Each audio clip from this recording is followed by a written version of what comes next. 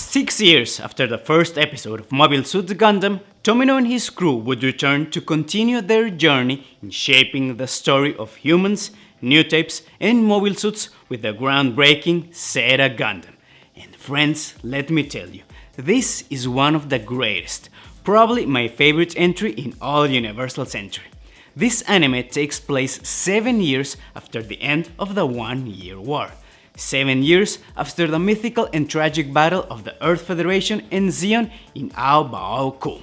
But you see, Tomino was aware that a lot of time would have passed between Mobile Suit Gundam and Zeta Gundam, so he took the bold decision to replace the main protagonist Amuro Ray and kinda start fresh with a new lead called Camille Bidan, which for some strange reason that doesn't really translate to English, his name is supposed to sound like a girl's name, and that would be something that affects his development throughout the entire series. The really interesting part is that a lot of the main cast of the first series would return, but not exactly as main characters. As important characters, yes, but the story would not revolve around them. Not directly anyway. And that was something without precedence in that era, since it was expected that in a sequel all of the main characters returned. And in a much more transgressive move, the first character to appear after the opening was the one and only Char Aznavour, the Red Comet. That's right, the veteran ace pilot of Zeon is still alive, and not only that, he is now Quattro Vagina, a member of a new group of rebels that oppose a newly formed faction of the Earth's Federation.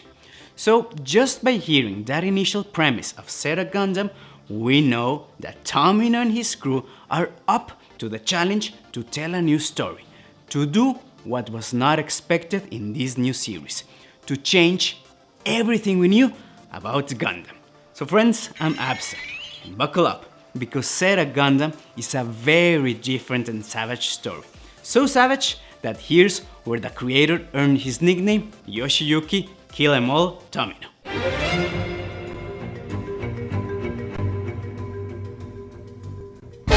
Zeta Gundam's first episode aired on March 2 of 1985, and from the opening and the music you can tell that its budget is a lot greater. Not only that, but the franchise has now existed for 6 or 7 years, so people are much more familiar with the setting. So the series started right away with the main plot, not caring too much to explain what happened in the first series and also not devoting that much time to past world building. Which is in fact a good thing, since given the fact that 7 years have also passed inside the story, the terrestrial and spacenoid panorama has changed a lot. And well, here I have to explain something that happened after Zeta Gundam in our timeline, but chronologically happened before in Universal Century's timeline. As you can probably guess, a lot of things can happen in a span of 7 whole years. And in a post-war scenario, very bad things can still happen. There was one very bad incident between Zeon remnants and the Federation that nearly reversed the outcome of the war. A prodigious Zeon pilot named Annabelle Gatto, the Nightmare of Solomon and part of the Delas fleet, stole an experimental Gundam that had a nuke inside. Because of course, mobile suits and nukes are best friends forever. Then the Federation used another experimental Gundam to try to stop him. Then both of those mobile suits were destroyed, but Gatto was then given a mobile armor, so the Federation had again to deploy a newer, more experimental Gundam to try to stop him. Unfortunately, they succeeded.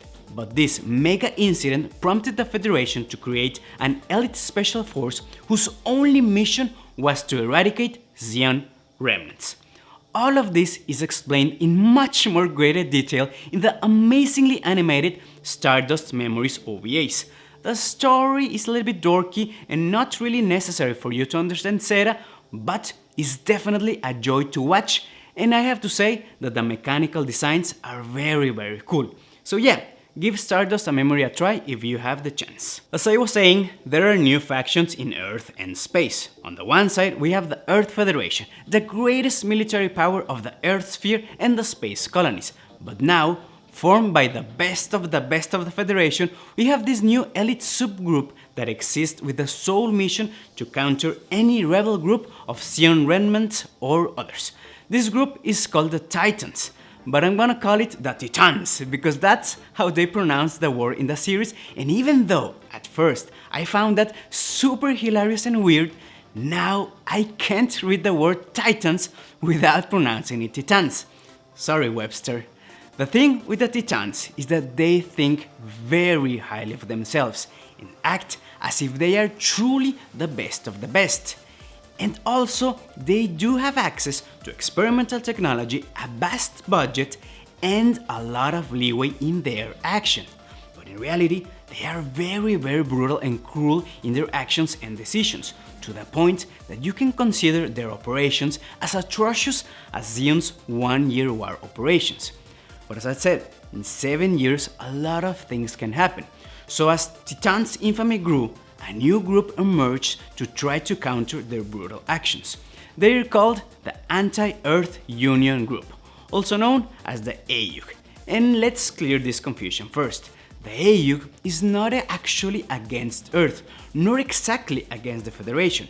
They actually have support from people of Earth and the Moon, since the famous, or infamous depending on who you ask, AEM Electronics supports them with mobile suits. The AEUG is in fact a group that is entirely against the Titans, specifically because of their elitism and atrocious practices in space colonies. Before we continue exploring the world of Zeta, I want to dive a little bit more in the development of certain character arcs and plot elements. As I said before, Char is a main character now, and a lot of people argue that this is the best version of Char, now known as Quattro Vagina, that he is now a hero because he is on the side of the protagonist. And that may or may not be true, but we can in fact say that the AEUG is a terrorist organization that is against the Federation. That concept of the story being told from the terrorist's point of view would reappear in Celestial Being in Gundam 00, the Boys of Gundam Wing, and in Tegaran in Iron-Blooded Orphans, but I digress. The thing with Char is that Quattro is a direct evolution of his character. Zeon, or as we would later learn, Zabi's Zeon no longer exists as a powerful military force, so he joined the next faction that could help him in his eternal quest of liberating spacenoids. In this case, it was the AEUG. Char, Quattro, or Casval is still fighting against the Federation. He's just wearing black sunglasses and a red sleeveless shirt instead of a silver helmet and a red military uniform. On the other side, we have Camille Bidan, one of the greatest main characters in all of Gundam, at least for me. He starts out as a super annoying and troublesome little brat because his name sounds like a girl's name and has been neglected by his parents all of his life. But as the story progresses, he starts to get a grip of his life, and as he gets to know more and more people, he genuinely grows into a great and nuanced character. Unlike Amuro, who fought against Zeon because he was the pilot of the Gundam, and that's it, and don't get me wrong, I'm not hating on Amuro. Amuro isn't just for show. But the thing is, Camille truly believed in the future that Quattro talked about and actually hated the Titans because they murdered his family and also destroyed the lives of many people by turning them into cyber newtypes, particularly Rosamia and Four. Because yes, newtypes were discovered to be great pilots in the one-year war. So obviously the Federation, and also Zeon, tried to artificially produce more newtypes to use as living weapons to gain advantage in future wars. But that didn't turn out the way they wanted, and even in Gundam narrative, we still see the consequences of those bizarre experiments. It's here in Zeta Gundam where we start to see in action the fear for newtypes, but also a growing desire to create them and control them.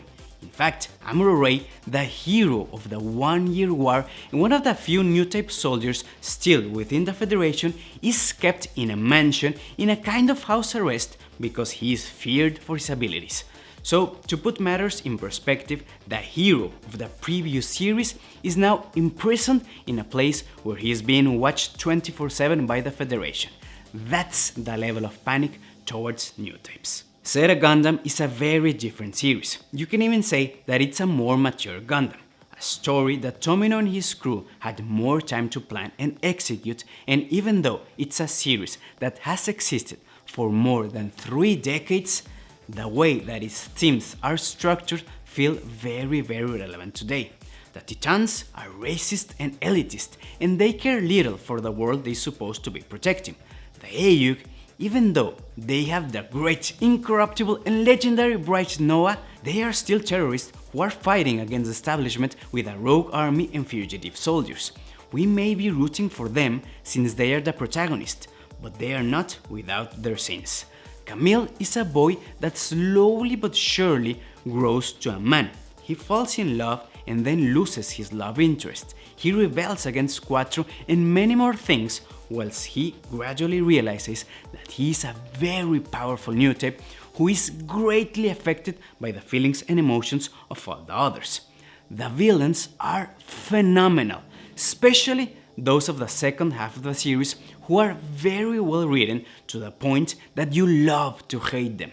Paptimus Shiroko, who has the most amazing name in maybe all of Universal Century, is a picture-perfect example of the natural abilities that a new type has that allows him to move and persuade the emotions of his subordinates and even his superiors so that he always seems to be correct. He's manipulative, big talker, conceited, and beautiful. And just like in real life, those traits give him a very big advantage towards achieving his goals of getting in the top ranks and controlling the Titans.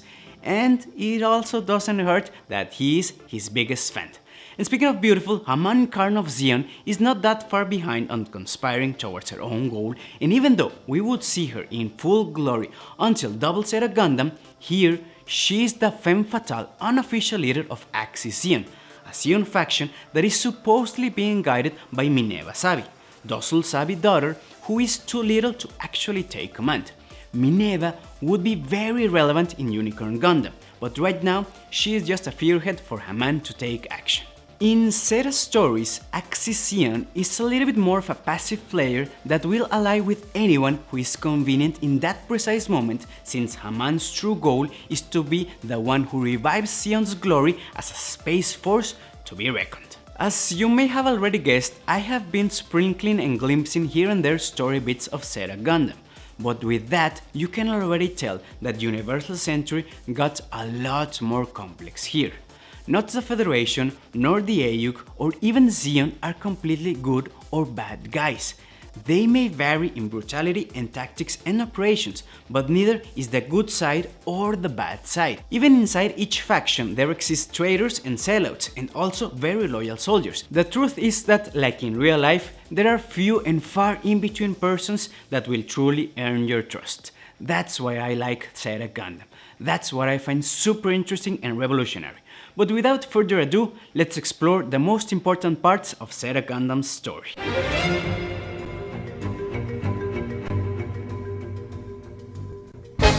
The first episode starts right in the middle of Quattro Vagina bursting a Titan's military base to acquire intelligence and see for himself if the gossip of the development of a new Black Gundam is true.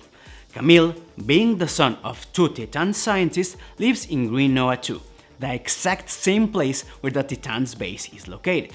So we have Quattro investigating the Black Gundam, and meanwhile Camille, being the problem child that he is being scolded for attacking a Titan officer. The thing is that Camille gets caught in the AEUG raid, and since he was fed up of being treated like a child and not getting any attention from his parents, he rebels against Titan officers and helps the AEUG to steal the Mark II, the Black Gundam's real name. And thus, the now super common tradition of someone stealing a Gundam at the beginning of the show is born. As a side note, Zeta Gundam is where most of Gundam's tropes appear for the first time. the hijacking of a Gundam, the mid-season upgrade, the Char clone, the femme fatale frenemy, the three-way war, etc. Camille, being a mechanical and electronic design genius and also a latent new type, has a tremendous skill to pilot the Mark II, so he officially joins the AEUG, and his hatred toward the Titans is cemented when they kill his mother in front of him. On the other side, we have the Federation's Titans acting more and more brutal towards humanity and spacenoids, all in their supposed effort to eradicate Zeon remnants. Supposedly they are clean, but the gossip says that they are cybernetically altering humans to turn them into new types, and even going to the extent of gassing an entire space colony to kill its inhabitants so that they can use the colony as a weapon. That terrible behavior led to Bright Noah resigning from the Corps Federation and joining the AEUG as the captain of the Argama, their flagship assault cruiser. And here's where things start to get very curious and interesting. The AEUG's Argama is being helmed by Bright Noah, the legendary captain of the Federation's wide base, and among its pilots' ranks is ex-Zeon's ace pilot Char Aznavour, who has more experience now and is not a hot-headed soldier moving 3 times faster toward battle. He is now an excellent strategist and mentor for new pilots, Camille being one of those new pilots. And we can really see that Quattro wants the best for the spacenoids and for the new types. But that's not all. From behind the scenes, leading mobile suit developer Anaheim Electronics is providing the mobile suits for the Argama so that they can fight in equal terms against the Titans. AEUG's plan is very bold: get rid of the Titans, no questions asked. But obviously that's easier said than done. Before I continue, I'm not qualified nor willing to summarize the whole plot of Zeta. Even the movie trilogy fails to completely capture all of Zeta's stories without feeling rushed. I'm going to try to talk only about the truly important parts that marked the series or marked me.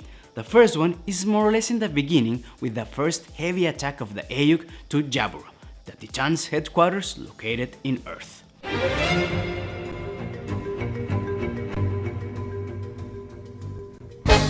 The AEUG decided to go directly to the root and attack with all their might the Titans' base, so they sent a great part of their army, including the Mark II and the Hyakushiki, the new mobile suit piloted by Quattro, and after a space battle where we get a glimpse of Paptimus' skills as a pilot, the fleet was able to enter the atmosphere.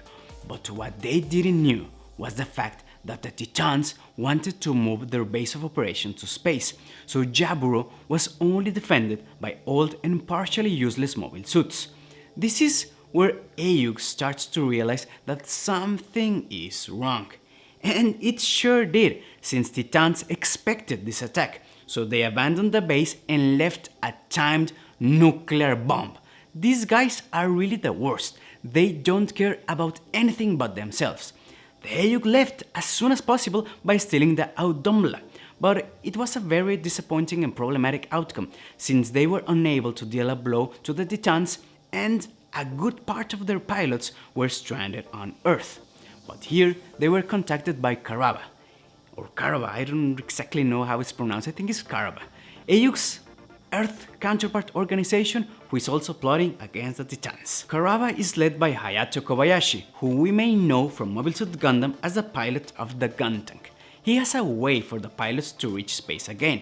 The problem is that as soon as the Titans discovered their location, they began attacking. What happens next is a very cool moment where the Audomla is being attacked, but Amuro has already escaped from his mansion, so he is able to defend the flying base. But Char sends him, and he sends Char, so they started talking even without actually knowing that they were both in the same battlefield.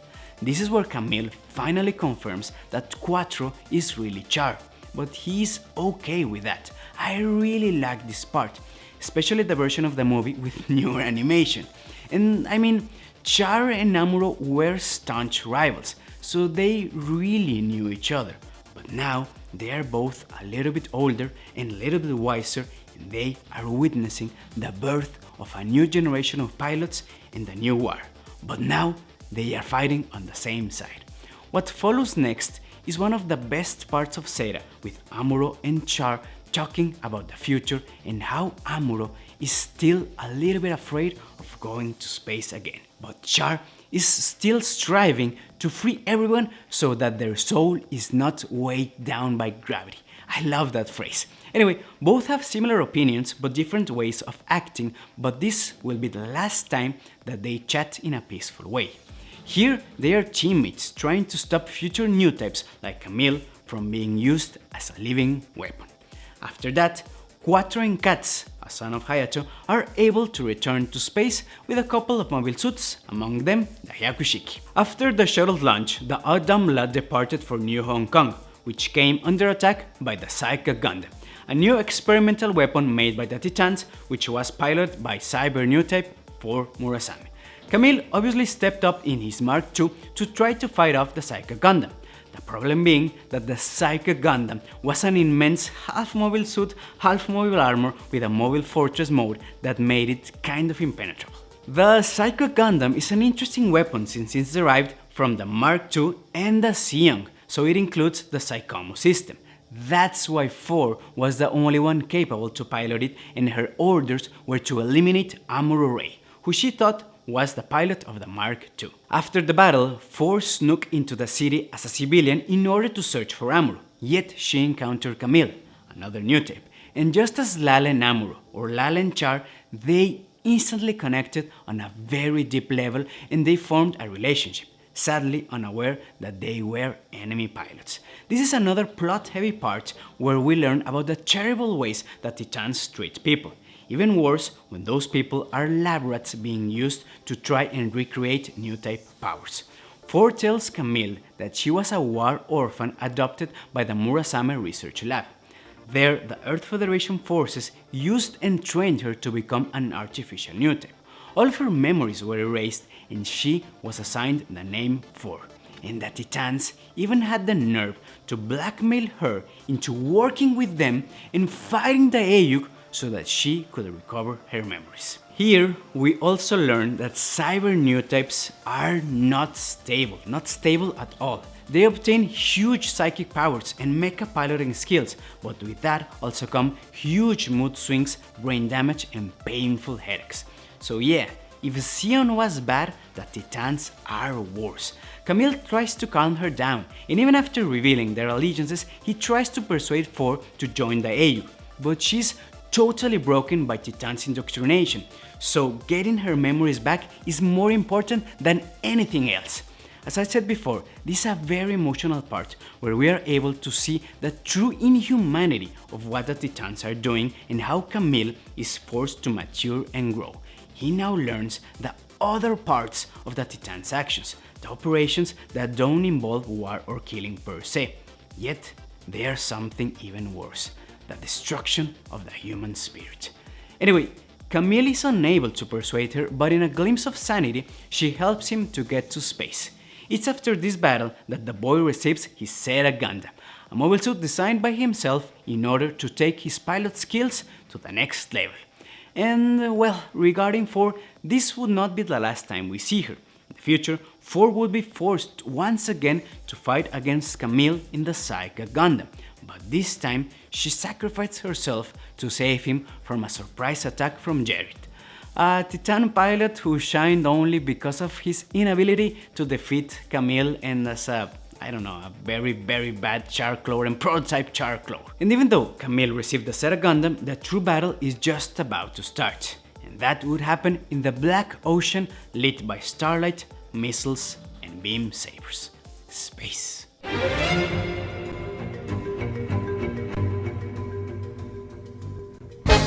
While the major members of the AEUG operated on Earth, the Titans strengthened their position in space. In an attempt to finally end the Titans' base on Earth, Karaba and the AEUG tried to destroy it, but Camille and Quattro again fell to Earth. They destroyed the base, and almost immediately after that, they seized control of the Federation Assembly, where Quattro finally revealed his true self as Casval Rem Daikun, and taking advantage of the moment, he denounced the Titans' cruelty and oppressive nature before the whole world. This was proven right by the fact that the Titans were fighting above the city without any regard for the delegates or civilians, and everything was caught on camera, which was then broadcasted to the entire Earth sphere. This action finally obligated the Federation to withdraw its supports, and one would think that this was a good thing. But it was quite the opposite, since this move forced the Titans to go rogue, and even worse, they now went all out on the offensive. They quickly decided to attack space colonies to reestablish themselves as a force to be feared. And on the other hand, led by Haman Karn, Axis Zeon conveniently aided whichever cause granted them more leverage for their own goals, as Haman's true plan was to play the AEUG and the Titans against each other and take advantage of the damage from the clash between them. So we can truly say that by this time things are very bad and tension is at an all-time high with a three-way war about to happen. And I haven't even started talking about Paptimus Shiroko. After the Titans went rogue, they started targeting colonies with their colony laser. That, as its name implies, is a complete colony now repurposed as a huge space laser. Their next target was Anaheim Electronics, so the corporation sent the AEUG to make a deal with Haman. She was to be granted the whole Site 3 if she stopped the colony laser. She of course does it, and now the Titans are forced to regroup and renegotiate with Axis. And so, for some strange reason, they go for their diplomatic route, and a conference is held with all of the important members of the three parties: Haman of Axis Zeon, Shiroko and Supreme Commander Yamirov of the Titans, and Charon Katz of the AEUG. But as it was obvious to everyone but them, things get really ugly really fast, and Paptimus seizes the opportunity to kill Yamirov and blame it on Haman. So now, with the Titans' leadership vacant, Shiroko has the organization completely in his grasp and transfers command to his ship, the Jupitris. Shiroko is a very cunning man who is able to always turn things around for his own convenience. Throughout the series, he was shown to be very charismatic, especially with women, to the point of turning AEUG pilots into Titan soldiers and manipulating childs to act as spies and to do all kinds of dirty and underhanded jobs. Shiroko is one of the greatest antagonists of early Universal Century, if not the greatest of them all. Unlike Giron Sabi, who was trying to demonstrate that Zeon was superior by means of might is right, Paptimus is super charming and eloquent. He knows that he is a new type and subtly spreads his emotions of greatness when he is talking about his ideas. Remember when Jiren Sabi gave his grandiloquent speech after Garma's death, Zeon and all that? Well, Paptimus is always rallying people like that, just on a much more personal level. He is the poster boy for egotism and self-righteousness, and he is also beautiful and brilliant, so he is able to charm and convince everyone.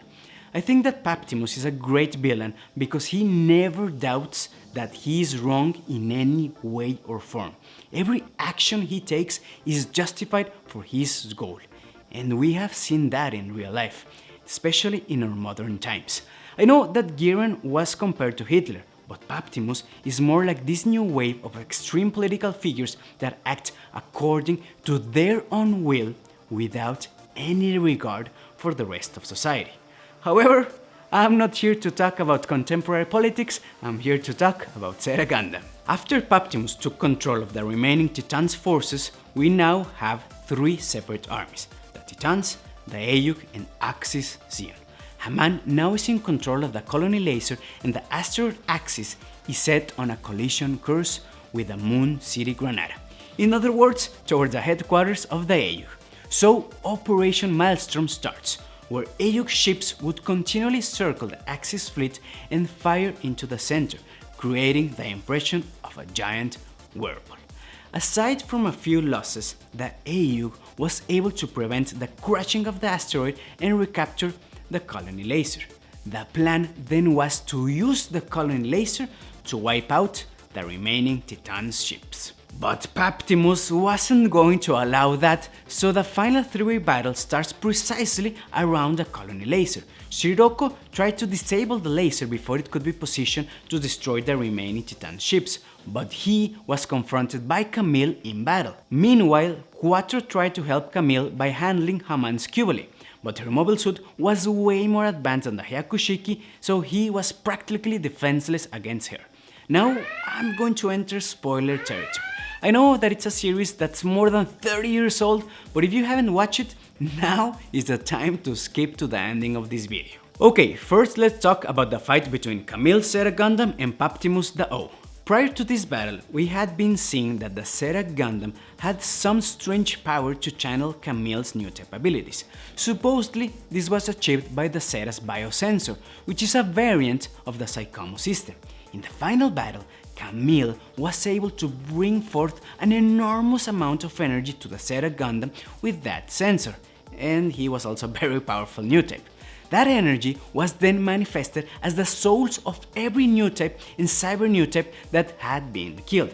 Paptimus was overwhelmed by that display of power, and Camille used that moment of weakness to transform to Wave Rider mode and rammed the Zeta into the O's cockpit. And here we have two possible scenarios, the one of the anime and the one of the movies. In the anime, while Shiroko was dying, he unleashed all of his new type powers as a mental attack directed towards Camille, and that attack devastated Camille's psyche, regressing his mind to that of an infant boy. It's a very harsh ending for Camille, although in the movie, Tomino decided to give Camille a happy ending by not crippling his mind. I like to think of this variant ending as the ending that happened in Camille's mind. In fact, my headcanon is that the entire plot of the Zeta trilogy is all a flashback happening right before Camille lost his mind. You know, just like when your entire life is supposed to flash in front of you when you die. And yes, I know that Camille didn't die, but given the fact that the movie changes a couple of things from the original story, I like to believe that that's how Camille remembered those events. As a side note, I don't recommend watching the trilogy first. The story happens way too fast, so it's kind of confusing. But if you already saw the series, it's a good reminder of the best parts with some new animation, and obviously a better ending for Camille. In both stories, Paptimus Shiroko, the man from Jupiter, is stopped, and Bright Noah and the AEUG use the colony laser to wipe out all of the remaining Titan's ships. Back to Haman and Char, the truth is that the Cubole completely outclassed the Hyakushiki, and Char was brutally outmatched by Haman. His mobile suit gets destroyed and he is presumed dead. But in the final scenes, we see that even though the Hyakushiki was ruined, the cockpit was open. So maybe he is still alive, drifting in space.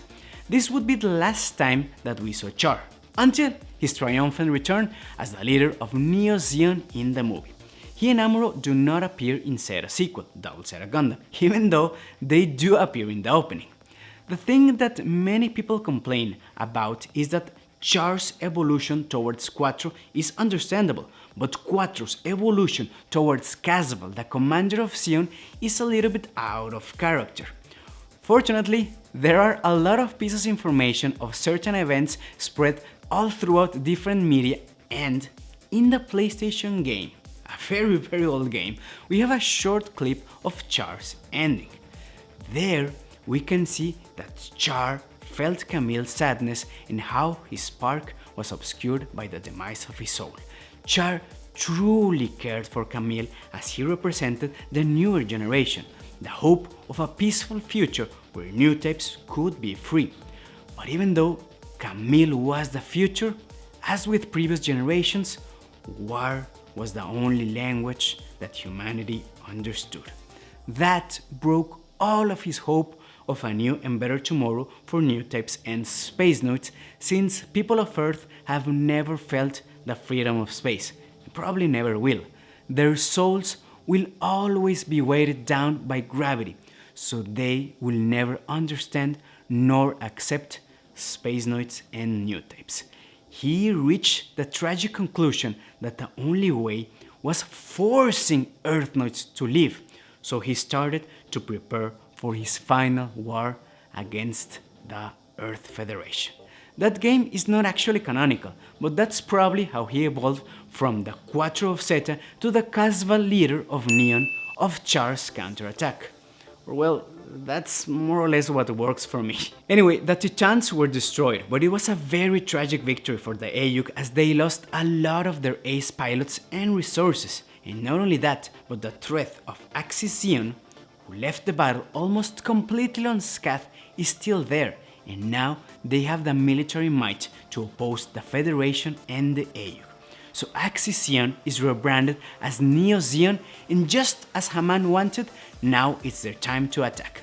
But all of that story will unfold in Double Zeta Gundam, the direct sequel that starts immediately where Zeta ends. And let me tell you right now, Double Zeta Gundam is a very, very bizarre Gundam show. At least the first half of the series.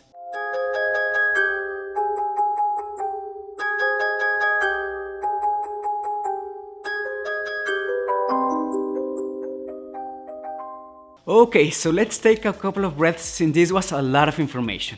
Zeta Gundam made Universal Century much more complex than the original series. Even though, after the 1-year war, new factions were formed, corruption was still running rampant and the Zeon menace was still there. Also, in this entire event, we saw that newtypes, for better or worse, were actually capable of turning the final outcomes of wars. I really loved Zeta Gundam. From its character portrayals, to the conspiracies, to the mecha design, I think that it's one of the best series that really defined the Gundam story type. To make this video shorter, I didn't mention the mechanical designs, but it's quite different from other series since there are a lot of transforming mobile suits. Some of them are very weird, but others, like the Zeta Gundam in particular, are very interesting. I can't really tell if the Zeta is my favorite Gundam designs. Sometimes I like the Zeta and other times I liked the RX-93. I really just hope that there's a Vercar Zeta release soon because the RG was brutal. As I was saying, Zeta's story is filled with bold decisions to kill important characters or test the limits of their personalities. It's a very mature show that has aged very well and was a major turning point for the franchise, to the point that it received a movie trilogy 25 years after the show ended. Too bad that Sunrise didn't like the darker route that Tomino took towards the end of the series and decided to completely change the mood of Double Zeta. The first episodes of Double Zeta are very weird. They try to be funny, but are actually very stupid. They feel super odd and the change of tone is jarring. I'm definitely going to explore Double Zeta Gundam. I'm just not sure what aspect I want to explore in that series. Anyway, Zeta Gundam is definitely a show that you must watch, and if you liked the show, you should check out the movies. They are a nice reimagination of the events, but please do not try to go directly to the trilogy because you won't understand a thing. First the anime and then the movies. And as you may or may not know, my name is Absa, and we can continue the conversation over at Twitter, where you can follow me at Absalonicus, and on Instagram, where I'll try to post pictures of my figures, my cats, and sometimes even myself. I'll be trying to talk more about anime, comics, maybe even figure, but with that in mind, let me know in the comments what other topics would you like to hear about. Till next time, I'm Absa, and always remember that in fiction lies power, so let's use it to forge our own hero story. Maybe we'll all become newtypes.